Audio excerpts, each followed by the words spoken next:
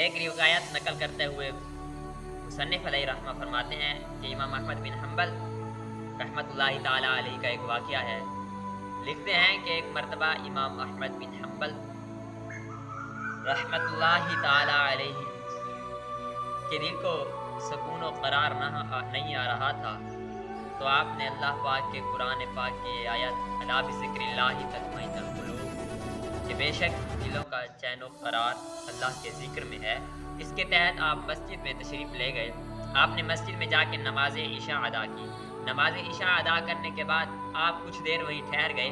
जब सारे नमाजी नमाज अदा करने के बाद मस्जिद से बाहर चले गए तो मस्जिद का खादिम सफाई करने वाला आया और उसने कहा, हुजूर ए बुजुर्ग यहाँ से तशरीफ़ ले जाइए। तो आपने फरमाया, ए अल्लाह के बंदे, ए अब्दुल्ला, मैं यहाँ पर मुसाफिर हूँ और आज की रात ठहरना चाहता हूँ, तुम मुझे इजाज़त दे दे, मैं अपनी रात आज की रात इस मस्जिद में बसर कर लूँ, अपनी आज की रात इस मस्जिद में गुजार लूँ। तो उसने कहा, हुजूर मस्जिद की इंतज़ामिया, मस्जिद की कमेटी की तरफ से इजाज़त नहीं कि किसी भी बुज़ुर्ग को या किसी भी मुसाफिर को मस्जिद में रात ठहरने की इजाज़त दी जाए, लिहाजा आप तशरीफ़ ले जाइए, मैं खाना खा के आऊँ, आप यहाँ ना हो, अगर आप यहाँ हुए तो मैं आपको मस्जिद से बाहर निकाल दूँगा। जब आपने उसकी ये बात सुनी और तर्फ़ कलामी सुनी तो आप रहमतुल्लाहि ताला अलैहि मस्जिद से बाहर तशरीफ़ ले गए। जैसे ही आप मस्जिद से बाहर तशरीफ़ लेकर गए तो आपने देखा कि सामने एक तंदूर है। आपने सोचा, चलो सर्दी की शिद्दत बढ़ रही है, मैं कुछ देर इस तंदूर पे पड़ाव डालता हूँ, फिर आगे जो कुछ होगा देख लूँगा।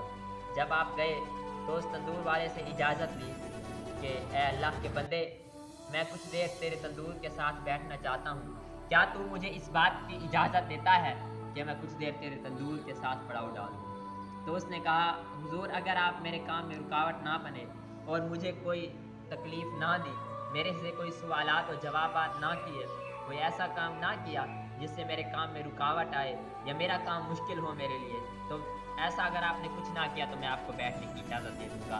आप रहमतुल्लाहि ताला अलैहि ने उसके साथ वादा फरमा लिया कि ठीक है, मैं तेरे साथ कोई भी ऐसा काम नहीं करूँगा, ना ही तुझसे फजूल सवालात करूँगा। तो उसने कहा, ठीक है, आप बैठ जाइए। आपने देखा कि वो शख्स एक अजीब काम करता है। जब वो आटा गूंथता है तो अस्तगफिरुल्लाह अस्तगफिरुल्लाह का विर्द करता है।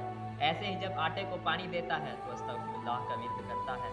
जब रोटी लगाने के लिए पेड़े बनाता है तो तब भी अस्तगफिरुल्लाह का विर्द करता है।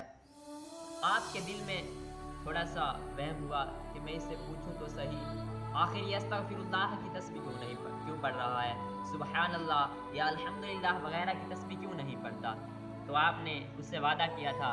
चुनाचे वादे का पास करते हुए आपने उसको कहा, ऐ नौजवान, मैं तुझसे एक सवाल करना चाहता हूँ, तो ऐसा कर, मुझे इजाज़त दे कि मैं तुझसे एक सवाल कर लूँ। तो उसने कहा, हुजूर ज़रूर कीजिए सवाल, मैं आपको जवाब दूँगा इंशाअल्लाह।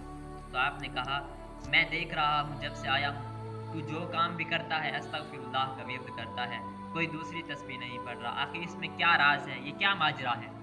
तो उसने कहा, हुजूर मैं एक ढाबे पे काम करता था, एक होटल पे यही रोटियां लगाता था, तो मेरी मुलाकात एक बुज़ुर्ग से हुई। तो मैंने उनसे पूछा कि आप कोई वजीफ़ा बता दीजिए, मैं बहुत परेशान हूँ, बहुत गरीब व मुफलिस व नादार हूँ, बच्चों का पेट पालने से कासिर हूँ। तो उन्होंने मुझे कहा कि तू अस्तगफिरुल्लाह का विर्द करता जा, तेरे दिल में जो ख्वाहिश होगी पूरी हो जाएगी।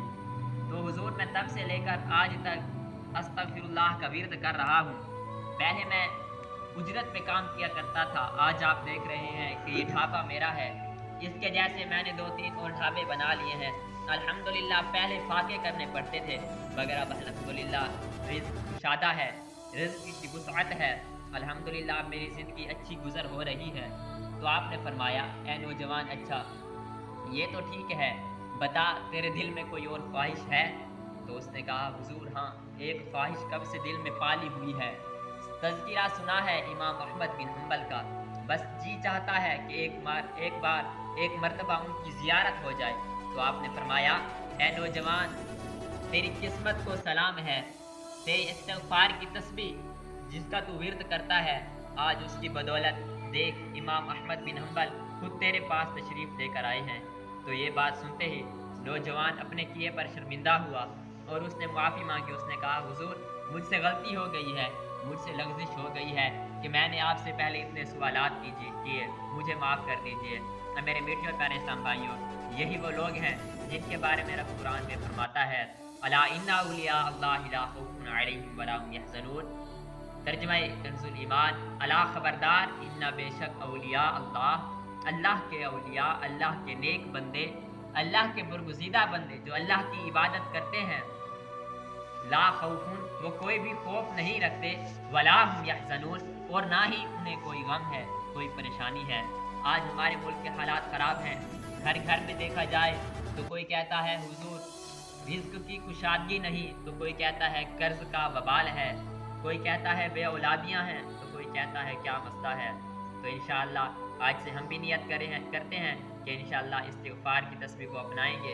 انشاءاللہ استغفار کی تسبیح کے توفیل اللہ پاک ہماری تمام مشکلات آسان کروائے گا۔ وما علینا الا البلاغ۔